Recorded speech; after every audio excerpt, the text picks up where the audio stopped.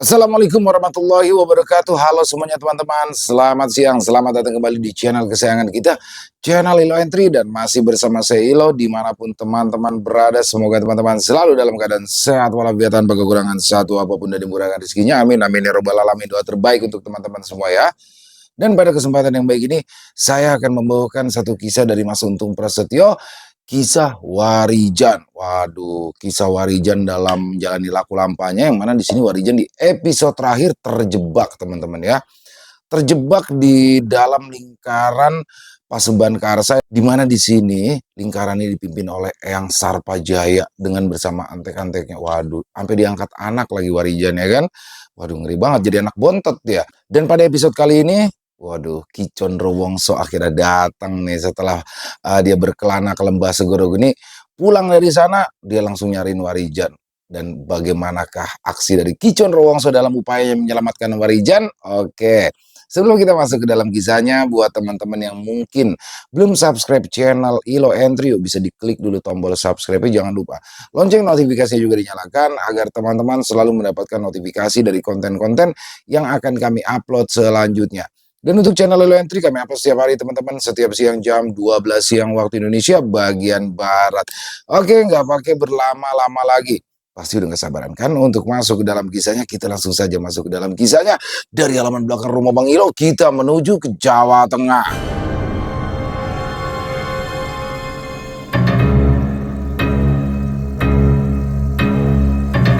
Kembalinya Ki Condrowongso untuk menyelamatkan Warijan.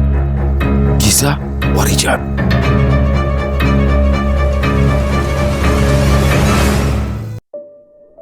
Setelah keluar dari Lembah Segoro Geni dan berpisah dengan Sudiro dan yang lainnya, Ki Condrowongso tidak langsung menuju dunia manusia.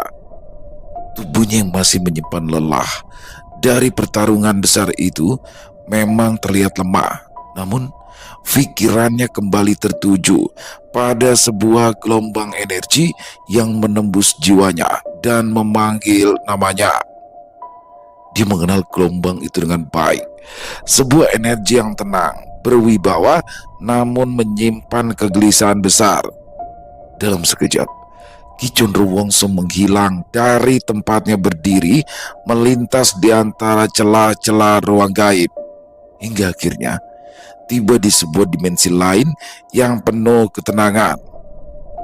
Di sana terhampar Wana Tirta Madya, alam gaib yang dipenuhi bukit hijau, aliran sungai yang bening, dan pepohonan besar yang daunnya berkilau seperti bebatuan permata. Di kaki salah satu bukit, di bawah pohon besar berusia ribuan tahun, seorang sosok bertubuh tegap dan tinggi duduk bersila dalam semedi. Sosok itu tidak lain adalah Joyowongso, anak dari Ki Condrowongso dan juga makhluk gaib yang pernah menjadi guru bagi Warijan. Namun berbeda dari biasanya, aura Joyowongso kali ini terasa sangat pekat. Ada kegelisahan, kekosongan, dan rasa kehilangan. Tanpa suara, ia membuka mata ketika menyadari kedatangan Ki Condrowongso dan langsung segera berdiri sambil menundukkan kepala sebagai tanda hormatnya kepada sang ayah. Joyowongso, pemalas yang sangat senang berada di tempat sunyi, ujar Ki Condrowongso sambil tersenyum dan menepuk pundak anaknya. Aku pikir Romo sudah musnah di lembah itu, tapi ternyata Romo datang memenuhi panggilanku, balas Joyowongso sambil tersenyum. Aku bukanlah makhluk penakut sepertimu, Le. Dan oleh sebab itu, aku masih bisa berdiri di hadapanmu, walaupun baru saja berhadapan dengan makhluk yang memiliki kekuatan besar, ujar Ki Condrowongso. Aku bukan penakut, Romo, tapi aku hanya menjalankan perintah ibu untuk terus menjaga tempat yang sangat disayanginya ini, balas Joyowongso menjelaskan. Kau memang anak yang berbakti, Le. Kau bisa terus menjalankan apa yang diminta ibumu. Lalu, bagaimana dengan perintah yang aku berikan, Le? Apa kau juga menjalankannya seperti kau menjaga tempat ini? Tanya Ki Condro Wongso dengan tatapan tajam. Maafkan aku Romo, balas Joyo Wongso sambil menundukkan kepalanya. Bocah goblok, cepat ceritakan apa yang sedang terjadi pada pemuda itu, ucap Ki Condro Wongso dengan wajah yang mulai dipenuhi amarah.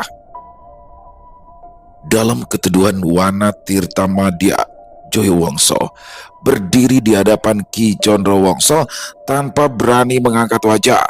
Tubuhnya memang tampak lebih besar dari ayahnya, namun aura kemarahan dari Ki Condro Wongso mulai terasa menekan jiwanya.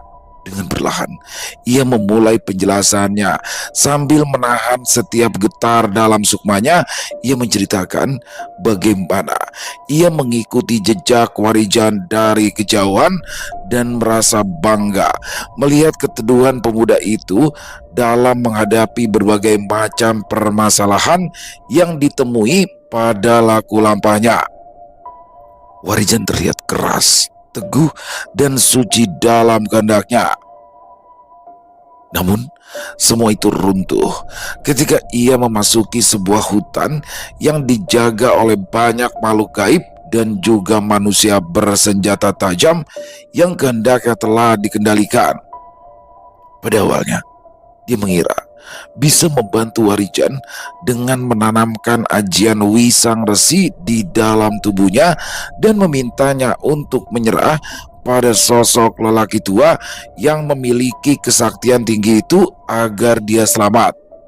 Tapi semua rencananya sirna ketika Warijan meminum ramuan yang mengantarkan sebuah ajian hitam bernama Sukma Wiling yang mampu menghancurkan ajian Wisang Resi. Mas Joyo menceritakan bagaimana energi hitam itu menyelimuti tubuh Warijan dan menenggelamkan kesadarannya, lalu menyeretnya ke tempat yang bahkan Mas Joyo tidak mampu masuki. Ajian Sukma Wiling telah menutup semua lorong gaib seperti kain hitam yang menutup mata. Ia mencoba menembus, mencoba memanggil, bahkan mencoba menarik Warijan dengan seluruh kemampuannya. Namun semuanya ditolak, seperti ia hanyalah angin yang tidak berarti. Ia mengaku kepada Ki Condro Wongso bahwa ia telah gagal menjaga Warijan, bahwa daya hitam itu bukan hanya sekedar mengalahkan Wisang Resi, namun juga memutus hubungan jiwa antara dirinya dengan Warijan. Mas Joyo menyampaikan bahwa kekuatan itu bukan sekedar menguasai raga, tetapi berusaha menduduki Sukma dan menjadikannya pintu bagi sesuatu yang lebih tua dan lebih gelap dari kata malapetaka. Kalau begitu, tunjukkan padaku tempat terakhir di mana Warijan berada, pinta Ki Condro Wongso dengan tegas. Setelah permintaan itu diucapkan, Joyo Wongso menunduk dalam-dalam dan mengangkat tangan kanannya perlahan. Dari telapak tangannya memancar seberkas cahaya tipis yang merupakan jejak energi Warijan yang masih melekat seperti asap halus di pinggir kesadarannya. Cahaya itu berpendar, lalu membentuk garis panjang yang membelah udara di hadapan mereka. Garis itu bergetar, memecah ruang Wana Tirta Madya dan membuka sebuah lorong gaib yang tidak seharusnya dimasuki oleh sembarang makhluk. Ki Condro Wongso melangkah lebih dulu. Setiap langkahnya menciptakan getaran kecil pada permukaan tanah gaib, seakan alam di sekitar memberi hormat pada kehadirannya. Joyo Wongso mengikuti di belakang, membawa sisa jejak energi Warijan sebagai penuntun. Lorong itu terasa dingin, namun bukan dingin yang mematikan. Ketika keduanya memasuki lorong itu, bentuk tubuh mereka perlahan memanjang, menyatu dengan angin, lalu berubah menjadi dua kabut gaib yang meluncur cepat di antara lapisan-lapisan dimensi. Mereka melewati batas alam seperti sepasang pedang yang berkilau. Jejak energi Warijan membawa mereka melewati hamparan dunia gaib yang pekat, tempat di mana bau anyir tercium begitu kuat, kabut dingin yang lekat, dan suara-suara samar dari makhluk tak berbentuk menciptakan jalan kecil yang tidak bisa dilihat oleh mata manusia. Ki Condrowongso mulai merasakan tekanan itu. Energi liar menekan tubuhnya, seakan ada tangan tak terlihat yang mencoba menghalangi langkahnya. Namun makhluk gaib setua dirinya tidak mungkin ditahan oleh kekuatan semacam itu. Ia meremas udara di sekelilingnya dan seluruh lorong bergetar, menyerah pada wibawa yang jauh lebih tua dan lebih kokoh dibanding kegelapan yang mencoba menguasainya. Joyo-Wongso mempercepat laju, memusatkan semua indranya pada satu titik di ujung lorong. Cahaya penuntun di telapak tangannya semakin padam, tanda bahwa mereka mendekati dunia manusia. Tempat jejak energi Warijan mulai memudar karena ditutupi oleh selimut dari energi Sukmaweling.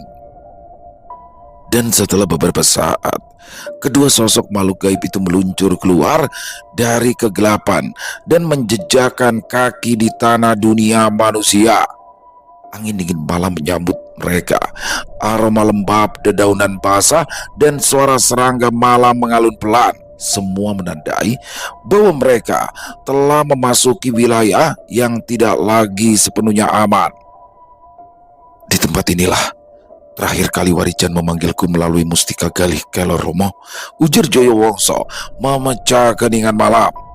Di sini dia sedang dikepung oleh beberapa orang bersenjata tajam dan seorang dukun sakti yang memiliki energi besar. Imbu Joyo-Wongso menjelaskan. Lalu, apa yang kau lakukan, Leh? Tanya Ki Condrowongso penasaran. Mengingat keadaan yang sudah mengalami luka parah, aku memintanya untuk menyerah dan menanamkan ajian Wisang Resi Romo. Tapi aku tidak menyangka jika ajian itu dapat dihancurkan dengan ajian Sukmaweling yang akhirnya menguasai tubuh Warijan, jawab Joyo-Wongso dengan wajah tertunduk. Namun, belum sempat Ki Condrowongso menanggapi apa yang dikatakan oleh Joyo-Wongso, tiba-tiba saja gelombang energi hitam meluncur ke arah mereka. Bersamaan dengan itu, dua bayangan besar merayap keluar dari kedalaman hutan. Bukan dengan langkah, tapi dengan geseran sukma yang membuat tanah di bawah mereka memucat. Makhluk-makhluk itu menjulang dengan tubuh mereka yang tersusun dari kabut hitam, seolah mereka adalah sesuatu yang belum selesai diciptakan. Mata mereka besar, berwarna pucat, namun sorotnya tajam. Mereka adalah para penjaga gaib dari hutan tempat di mana Sarpajaya menancapkan kekuasaannya.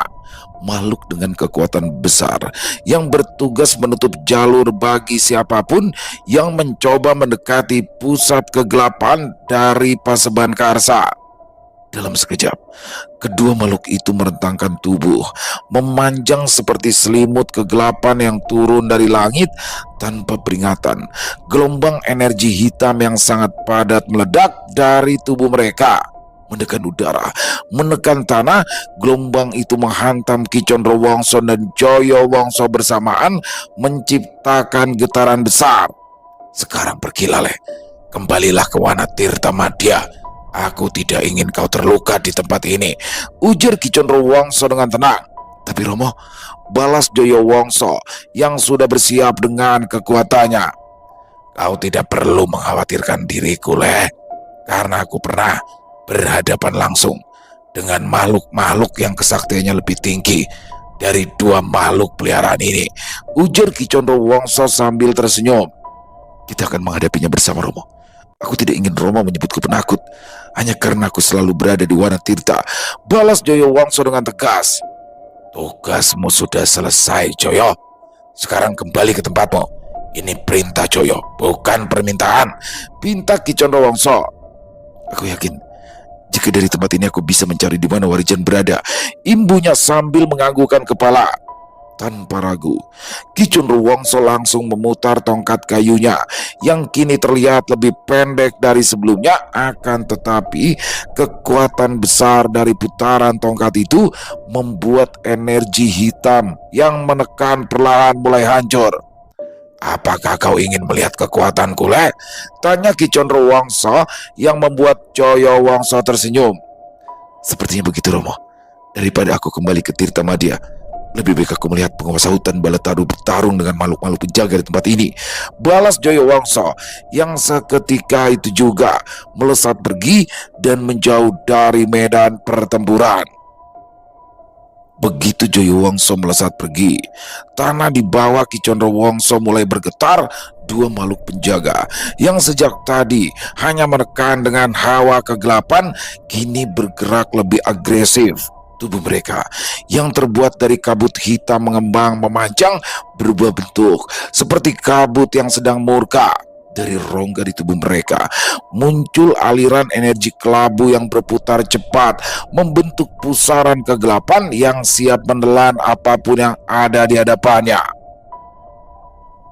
Ki Condrowongso berdiri seorang diri di tengah lingkaran, tubuhnya tegak seperti tonggak tua yang tidak terpengaruh oleh badai.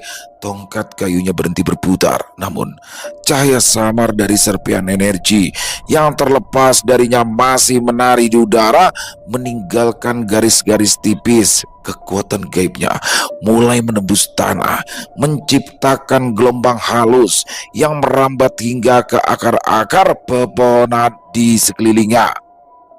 Makhluk pertama itu meluncur ke depan. Tubuhnya memanjang menjadi bilah hitam yang berputar.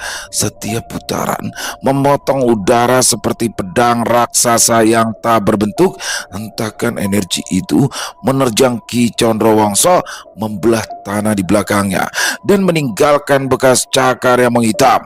Namun, serangan itu tidak membuat tubuh Ki Condrowongso bergerak sedikit pun. Gelombang kedua datang dari makhluk lainnya. Kali ini bukan serangan langsung, melainkan tekanan besar yang turun dari atas seperti langit gelap yang jatuh. Energi itu menghantam Ki Condrowongso dengan keras, membuat permukaan tanah di sekelilingnya amblas memasuki cekungan besar. Pohon-pohon di batas hutan bergoyang, beberapa di antaranya patah oleh tekanan yang tak kasat mata. Ki Condrowongso mulai bergerak.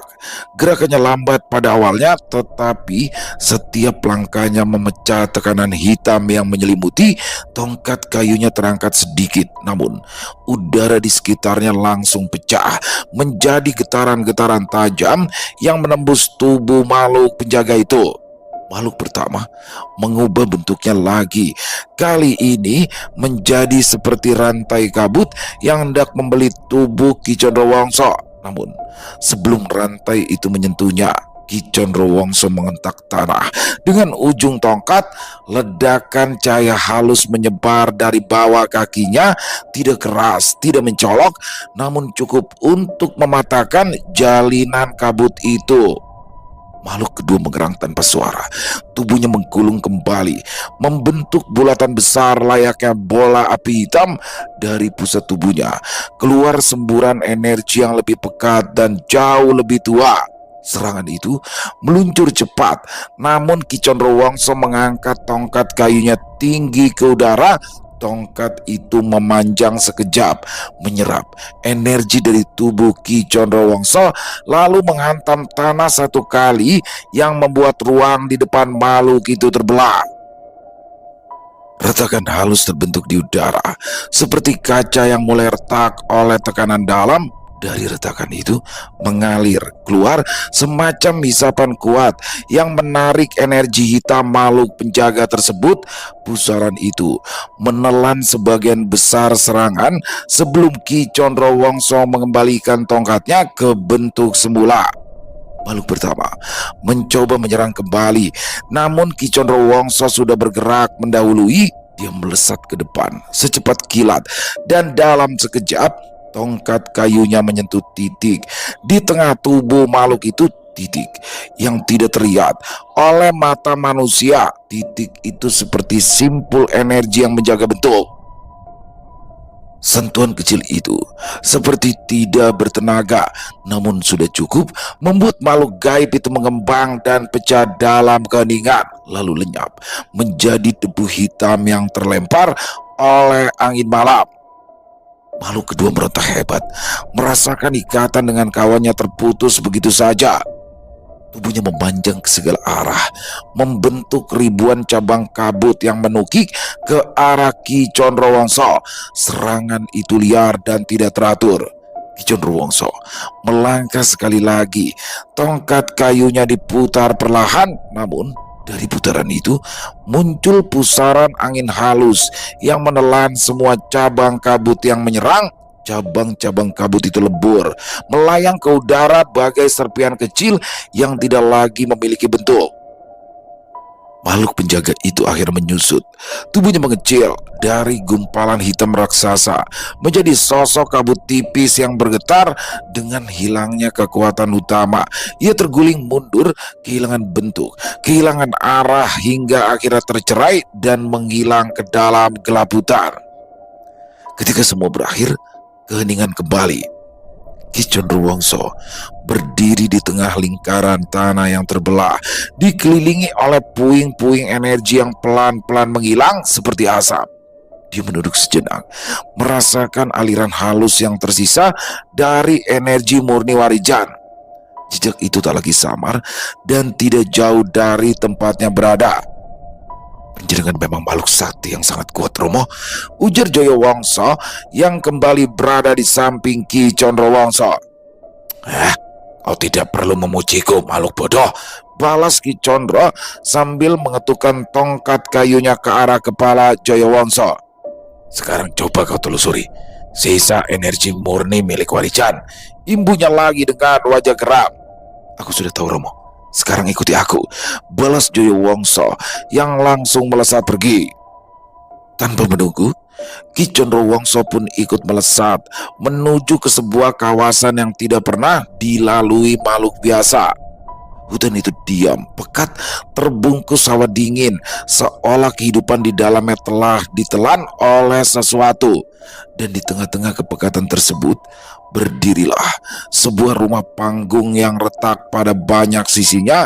Dari sela-sela lantai mengalir kabut hitam tipis yang tak berhenti bergerak, tanda adanya kekuatan hitam yang masih bekerja di dalamnya. Tanpa menunggu, Ki Condrowongso melangkah ke depan dan melepaskan amarahnya. Gelombang gaib yang lahir dari pusat tubuhnya menyapu tanah hutan dan menerjang rumah panggung itu. Tiang-tiang kayu rumah yang berlumut hitam mengerang, bergetar hebat, dan energi gelap yang menyelimutinya runtuh, tersapu bersih oleh letupan daya gaibnya. Penjaga-penjaga gaib yang lain segera muncul dari balik akar-akar tua yang melilit tanah. Tubuh mereka memanjang dari bayangan, merangkak naik dengan gerakan patah-patah. Mereka berjumlah banyak dengan mata kosong yang menyala pucat, terikat oleh perintah untuk menjaga tempat ritual sekaligus penjara mematikan bagi para calon tumbal. Namun, amukan Ki Condrowongso tidak memberi mereka kesempatan. Dengan satu hentakan tongkatnya, gelombang energi tak terlihat mengempas seluruh penjaga itu sekaligus. Tubuh mereka melengkung patah, lalu pecah menjadi kabut.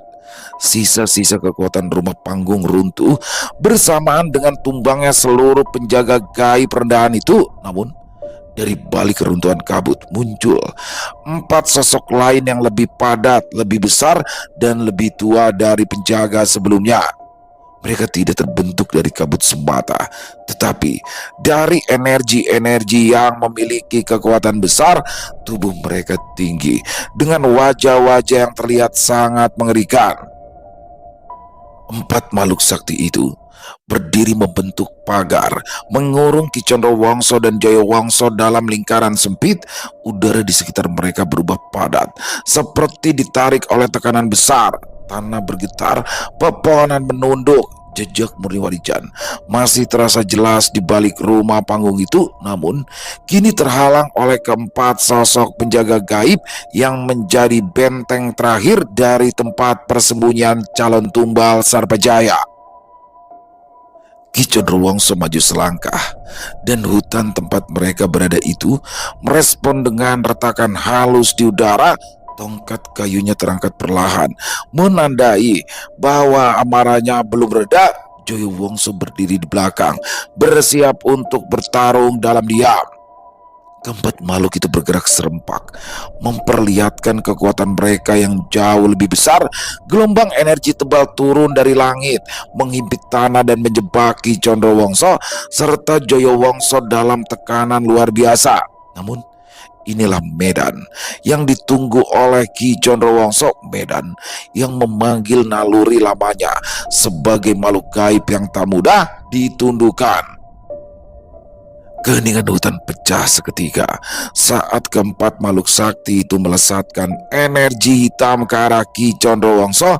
Serangan itu bukan hanya serangan fisik, tetapi tekanan gaib yang menghantam ruang dan menekan seluruh dimensi di sekelilingnya. Ki Condrowongso berdiri tanpa bergeser.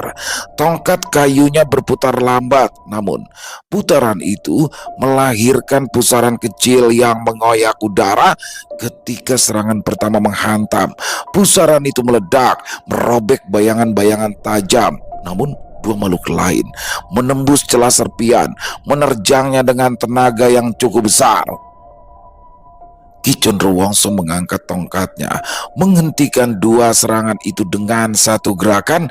Tanah di bawahnya menghentak, membentuk pecahan cekungan yang memanjang hingga ke akar-akar hutan. Energi yang keluar dari tongkat itu menahan dua makhluk sakti tersebut, namun dua makhluk lain meluncur dari atas, menjatuhkan kekuatan mereka yang membentuk kubah raksasa di atas tubuh Ki Condrowongso. Kubah itu menekan dengan brutal, meremukkan batang-batang pohon besar seperti ranting kecil. Namun Ki Condrowongso hanya menundukkan tubuh sedikit, lalu mengentakkan tongkat ke tanah. Dari hentakan itu lahir gelombang gaib yang mengalir seperti kilat ke segala arah. Kubah energi hitam itu langsung pecah, menghamburkan serpian energi liar ke udara, membuat seluruh hutan bergetar. Keempat makhluk itu terpental mundur, namun tidak hancur. Mereka menyerang kembali dengan serangan berbeda. Dua makhluk berubah wujud menjadi sosok tinggi kekar, sementara dua lain menyelimuti tubuh mereka sebagai baju perang. Penggabungan itu melahirkan dua raksasa yang jauh lebih kuat dari wujud sebelumnya. Tanah di bawah telapak kaki mereka retak dan tenggelam beberapa jengkal. Dengan langkah yang menghancurkan bumi, dua raksasa itu meluncur ke depan. Ki Condrowongso menggerakkan tangannya sambil merapal mantra ajian sakti dan memanggil serpian-serpian energi yang tersisa dari pertempuran sebelumnya. Serpian itu menyatu di sekitar tubuhnya, membentuk lapisan tipis cahaya yang menyelubungi. Ketika tinju makhluk besar itu menghantam lapisan, benturan yang terjadi memekakan seluruh sudut hutan. Namun Ki Condrowongso tak bergeser satu langkah pun. Dengan satu putaran tongkat, ia melepaskan ledakan cahaya samar yang merambat ke tubuh raksasa tersebut. Cahaya itu tidak meledak, melainkan menghujam masuk dan menembus lapisan energi gaib makhluk itu dan menghancurkan struktur dalam dari kekuatan mereka. Salah satu dari makhluk besar itu meledak menjadi pusaran kabut hitam. Kabut itu berusaha berkumpul kembali, namun Ki Condrowongso menghentakkan tongkatnya sekali lagi, dan hentakan yang menimbulkan gelombang energi besar itu menghancurkan seluruh pusaran, lalu menyingkirkan makhluk itu dari wujudnya. Makhluk gaib kedua mengerahkan seluruh kekuatannya, melepaskan inti energi yang menyala merah. Inti kekuatan itu mengalirkan daya hancur yang cukup. Dalam sekejap, tubuh makhluk itu berubah menjadi tombak panjang raksasa yang menukik tajam ke arah Ki Condrowongso. Namun, tongkat kayu sederhana di tangan Ki Condro memanjang dalam satu kedipan mata. Bentuknya berubah menjadi tongkat tombak gaib yang berkilau kemasan, menahan serangan itu sebelum sempat menembus pertahanannya. Dua kekuatan bertabrakan menimbulkan gelombang kejut yang menyapu seluruh hutan. Ki Condrowongso meremas gagang tongkatnya dengan satu putaran kecil. Ia membelintir serangan raksasa itu, membalikan aliran energi tombak gaib tersebut. Makhluk itu terpuntir, energinya tercerai dari intinya, lalu hancur dalam letupan yang cukup memekakan telinga manusia. Di saat Ki Condrowongso menghancurkan 4 makhluk gaib penjaga di sekitaran Joglo Alit, ledakan gaib itu merambat ke seluruh penjuru hutan. Gelombang kekuatannya memecah keheningan malam dan mengguncang keseimbangan seluruh wilayah. Bersama dengan itu, beberapa orang yang menjadi kaki tangan Sarpajaya yang bertugas menjaga dan melindungi rumah panggung itu seketika tersentak. Mereka bukanlah manusia biasa. Tubuh mereka ditempa oleh ajian-ajian berat, dan setiap gerak mereka memancarkan hawa gaib yang keras. Tidak lama kemudian, orang-orang itu muncul dari balik pepohonan, melesat dengan kecepatan luar biasa.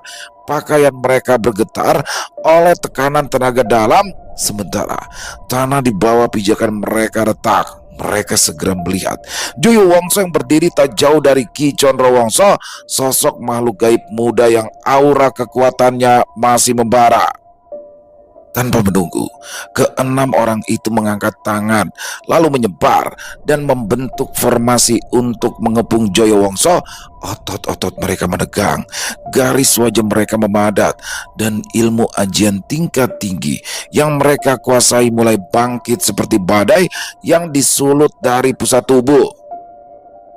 Tanpa sedikit basa-basi, mereka melesatkan ilmu ajian tingkat tinggi secara bersamaan. Semburan cahaya merah pekat menghantam udara terlebih dulu. Hawa panasnya melumerkan dedaunan di sekeliling Joyowongso, lalu disusul aliran energi tajam berwarna biru gelap yang menyerupai pedang, bergerak dari kiri dan kanan, menutup jalur pergerakan makhluk gaib itu. Dari arah belakang, 2 orang sakti melepaskan ajian tingkat tinggi yang membuat udara terbelah. Namun Joyowongso masih tenang, energi murninya bangkit perlahan. Ketika semburan cahaya merah menghantamnya, tubuh Mas Joyo seketika berubah menjadi aliran kabut tipis. Serangan itu menembus kabut tanpa mempengaruhi kekuatannya. Dalam bentuk kabut itu, Joyowongso melesat memanjang, menyelinap keluar dari jerat ajian para manusia sakti tersebut, dan ketika wujudnya kembali memadat di udara, kecepatan geraknya meningkat tajam seperti kilat tanpa suara. Salah satu dari 6 manusia sakti itu merasakan kehadiran Joyowongso tepat di belakangnya. Namun, sebelum ia sempat memutar tubuh atau menarik tenaga dalamnya, pukulan gaib Joyowongso menembus punggungnya. Tidak ada suara, tidak ada teriakan, tapi tubuh manusia sakti itu langsung ambruk. 5 orang lainnya langsung bereaksi membentuk pertahanan. 2 dari mereka menghunus bilah keris hitam dan melepaskan ajian pelindung gaib, sementara 3 lainnya melesatkan ajian yang memecah udara menjadi belasan bilah cahaya emas. Namun Joyowongso tidak menahan diri.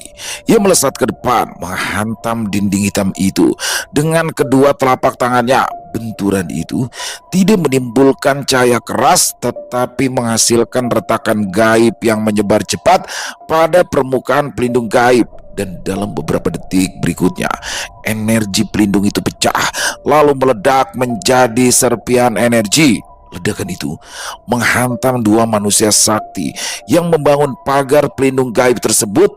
Bilah keris mereka terpental seiring dengan tubuh mereka yang terempas dan membentur pohon besar hingga tumbang. Nafas mereka terhenti dan tenaga dalam mereka menyusut drastis. 3 orang lainnya menyadari bahaya besar yang mereka hadapi dan mereka menggabungkan serangan. Ajian yang mereka gunakan perlahan memadat, membentuk pusaran raksasa bersimbol merah. Joyo Wongso berdiri tegak.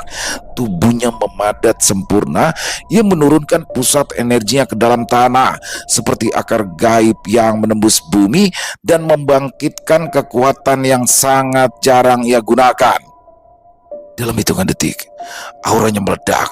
Kabut putih tebal menyelimuti tubuhnya, membentuk lapisan-lapisan energi yang berputar. Ketika pusaran dari ajian pemutus sukma yang dilesakan ketiga orang itu menuki ke arahnya, Joyo Wongso mengangkat tangan kanannya ke depan. Hawa gaib keluar dari telapak tangannya, bukan sebagai ledakan, tetapi sebagai gelombang halus yang langsung menghancurkan dasar ajian tersebut. Pusaran itu remuk dan dari dalamnya hancur seperti tembikar rapuh. Tiga manusia sakti terakhir tertegun sesaat sebelum mereka tersapu arus balik kekuatan mereka sendiri. Tubuh mereka terbelah oleh tekanan energi yang tidak terkendali. Tenaga dalam mereka habis dalam sekejap dan tubuh mereka terempas ke tanah tanpa sempat menjerit. Ketika kabut mereda dan hutan kembali diam, Joyo Wongso menatap Joglo Alit yang berdiri seperti bayangan hitam di tengah reruntuhan energi gaib. Di dalam rumah panggung itu, suara tangis ketakutan mulai terdengar lirih dan penuh keputusasaan. Tangis itu bukan hanya suara manusia, tetapi suara jiwa yang terperangkap terlalu lama dalam kegelapan. Ki Condro Wongso melangkah lebih dulu. Debu halus dari pertempurannya dengan empat makhluk sakti masih berjatuhan dari jubahnya. Tanah yang ia pijak menggeliat, seolah mengenal kekuatan dirinya sebagai penguasa gaib wilayah tertentu. Setiap langkahnya menimbulkan riak energi. Joyo Wongso mengikuti dari belakang. Tubuhnya masih memancarkan sisa kabut putih yang belum sepenuhnya menghilang setelah pertarungan melawan 6 manusia sakti. Setiap helai kabut itu bergerak gelisah, seakan mencoba meraba hawa gelap yang keluar dari Joglo Alit. Tangga kayu menuju rumah panggung itu berderak pelan ketika Ki Condro Wongso melintas. Gerakan itu bukan berasal dari kayu yang tua, tapi energi halus yang dipasang Sarpajaya. Energi itu mulai melemah. Setelah para penjaganya dibinasakan, udara di sekitar rumah panggung menjadi lebih pekat dan hawa lembab bercampur bau getah menyelimuti rongga hidung, membawa aroma kengerian. Tidak lama kemudian, Ki Condro Wongso dan Joyo Wongso sudah berada di ruangan besar yang biasa digunakan sebagai ruang ritual. Akan tetapi, ruangan itu kosong. Joyo Wongso mengedarkan pandangannya ke sekitar. Dia dapat merasakan aura dari manusia yang sedang ketakutan dan bahkan putus asa. Tanpa ragu, mereka terus menelusuri ruang-ruang sempit di rumah itu. Dan di bagian lain rumah, cahaya samar dari celah dinding memperlihatkan puluhan anyaman bambu yang disusun sebagai bilik-bilik kecil yang setiap biliknya berisi 1 atau 2 anak laki-laki dan perempuan yang wajahnya pucat oleh ketakutan dan kelaparan. Mata mereka menatap kosong ke arah Ki Condro Wongso dan Joyo Wongso yang mulai menampakkan diri. Beberapa tubuh kecil itu bergetar, tidak mampu membedakan apakah 2 makhluk gaib yang kini menjelma menjadi seorang lelaki tua dan pemuda bertubuh tegap itu adalah penyelamat atau penghancur lain yang siap mengambil nyawa mereka. Sepertinya Warijan sudah tidak berada di tempat ini lagi, Romo, ujar Joyo Wongso dengan wajah tertunduk. Dan aku sangat yakin anak-anak ini adalah calon tumbal dari lelaki tua yang telah mengalahkan Warijan, imbu Joyo Wongso sambil menatap ke arah tempat di mana anak-anak itu dikurung. Lalu kemana kita harus mencarinya, Joyo? Tanya Ki Condro Wongso sambil memejamkan mata. Aku sendiri tidak tahu, Romo, balas Joyo dengan suara pelan. Kalau begitu, aku akan memberikan pelajaran pada orang-orang yang masih ada di tempat ini, balas Ki Condro Wongso dengan tatapan tajam sambil berjalan ke ruang depan. Di sisi lain, beberapa penjaga biasa yang tidak mampu melihat keberadaan Ki Condro ataupun Joyo Wongso mulai gemetar ketakutan. Malam yang semula hanya diselimuti kesejukan kini berubah menjadi ruang gelap yang menekan. Angin yang berembus di antara pepohonan membawa aroma asing. Suasana mencekam itu makin terasa ketika hawa yang tak terlihat melintas di atas kepala mereka, menyentuh kulit seperti jari-jari dingin. Para penjaga itu merasakan bulu kuduk mereka berdiri seolah sedang diawasi dari segala arah. Suara-suara aneh, gemauman makhluk-makhluk gaib yang telah dimusnahkan oleh Ki Condro Wongso terus berputar dalam benak mereka. Meskipun tidak satupun dari mereka yang melihat langsung apa yang terjadi di luar rumah panggung itu. Beberapa penjaga yang memiliki kemampuan khusus pun tidak terlihat. Orang-orang yang dimaksud adalah mereka yang telah dihabisi oleh Joyo Wongso, orang-orang yang menjadi pelindung dari para penjaga biasa. Kesunyian mendadak merayap, menghapus semua suara hutan. Hanya jantung para penjaga di tempat itu yang berdetak keras, menandakan bahwa malam tersebut bukan malam biasa. Ketakutan para penjaga itu semakin menjadi ketika cahaya obor tiba-tiba padam satu persatu. Tidak ada angin, tidak ada hujan, namun api seolah dipaksa padam. Kegelapan menutup mata mereka. Kabut tipis yang tidak biasanya muncul di tengah ketakutan malam itu. Jantung mereka berdetak semakin kencang. Beberapa dari mereka mencoba memanggil rekan-rekannya, namun suara mereka seperti diserap oleh udara. Di antara pepohonan, udara tiba-tiba bergetar pelan. Getarannya begitu halus, namun cukup untuk membuat bulu kuduk meremang. Tubuh-tubuh manusia yang tidak memiliki penglihatan gaib itu seolah menangkap bayangan hitam, namun tidak jelas bentuknya, tapi cukup untuk membuat mereka mundur. Beberapa penjaga mencoba menajamkan penglihatan, berharap apa yang mereka lihat hanyalah bayangan hewan malam. Tetapi yang mereka rasakan justru sebaliknya, ada kekosongan. Seakan ruang antara pepohonan disobek oleh sesuatu yang tidak memiliki bentuk. Kemudian terdengar suara dentuman halus seperti kayu yang dipukul dari dalam. Suara itu hanya sekali, tapi cukup untuk membuat beberapa penjaga langsung memegang senjata. Mereka mulai menyadari bahwa apapun yang datang ke rumah panggung itu sekarang sedang mengancam keselamatan mereka. Hutan menjadi semakin sunyi. Para penjaga itu perlahan berkumpul, membentuk lingkaran, mencoba saling melihat satu sama lain dalam gelap. Namun di balik lingkaran itu, bayangan lebih besar mulai bergerak. Tidak terlihat oleh mata biasa, namun cukup untuk mengubah hawa di sekitar menjadi jauh lebih berat. Secara perlahan, satu persatu dari mereka mulai merasakan tekanan pada dada. Bukan serangan fisik, tetapi tekanan gaib yang memaksa tubuh mereka membungkuk, seolah memerintahkan mereka untuk sujud pada sesuatu yang tidak mereka pahami. Di atas mereka, di antara balok-balok tinggi joglo alit, Ki Condro Wongso dan Joyo Wongso bergerak tanpa suara dan tanpa wujud yang dapat dipahami manusia. Sekarang hanya ada satu cara untuk mengetahui di mana Warijan berada, Joyo. Kita akan merasuki tubuh salah satu dari mereka, dan setelah itu kita paksa mereka menceritakan apa yang ada di tempat ini dan di mana Warijan berada, ujar Ki Condro Wongso dengan tegas. Baik Romo, balas Joyo Wongso dengan mantap. Selesai. Wow, luar biasa kisah Warijan. Waduh, kali ini Warijannya nggak muncul teman-teman. Ki Condro Wongso dan Joyo Wongso. Ternyata Mas Joyo yang selama ini pernah mengajari Warijan ya, bahkan menitipkan ajiannya kepada Warijan, ternyata adalah anak dari Ki Condro Wongso.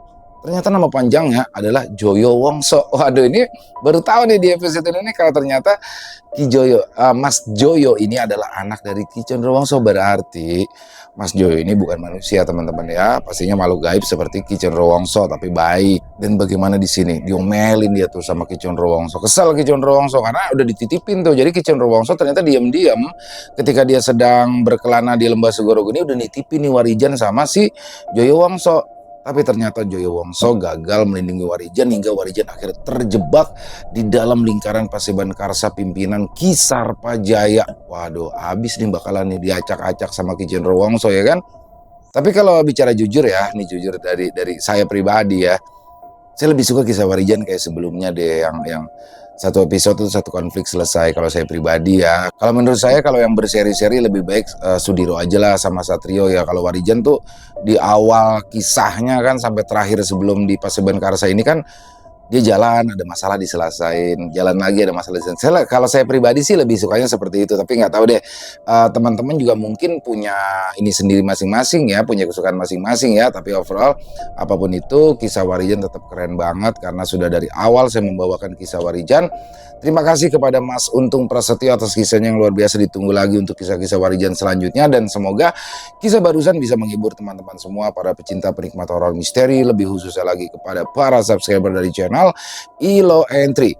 Buat yang suka dengan videonya bisa diklik tombol like atau tombol jempol, boleh juga dibantu di share ya link videonya ini ke teman-teman yang lain agar juga ikut merasa terhibur. Oh iya, tombol hype-nya jangan lupa diklik juga teman-teman buat bantu viralin video ini ya. Dan buat teman-teman yang punya komentar lain, yang punya pendapat lain, bisa menuliskannya di dalam kolom komentar ataupun hanya sekedar saling menyapa. Insya Allah kami akan menjawabnya satu persatu.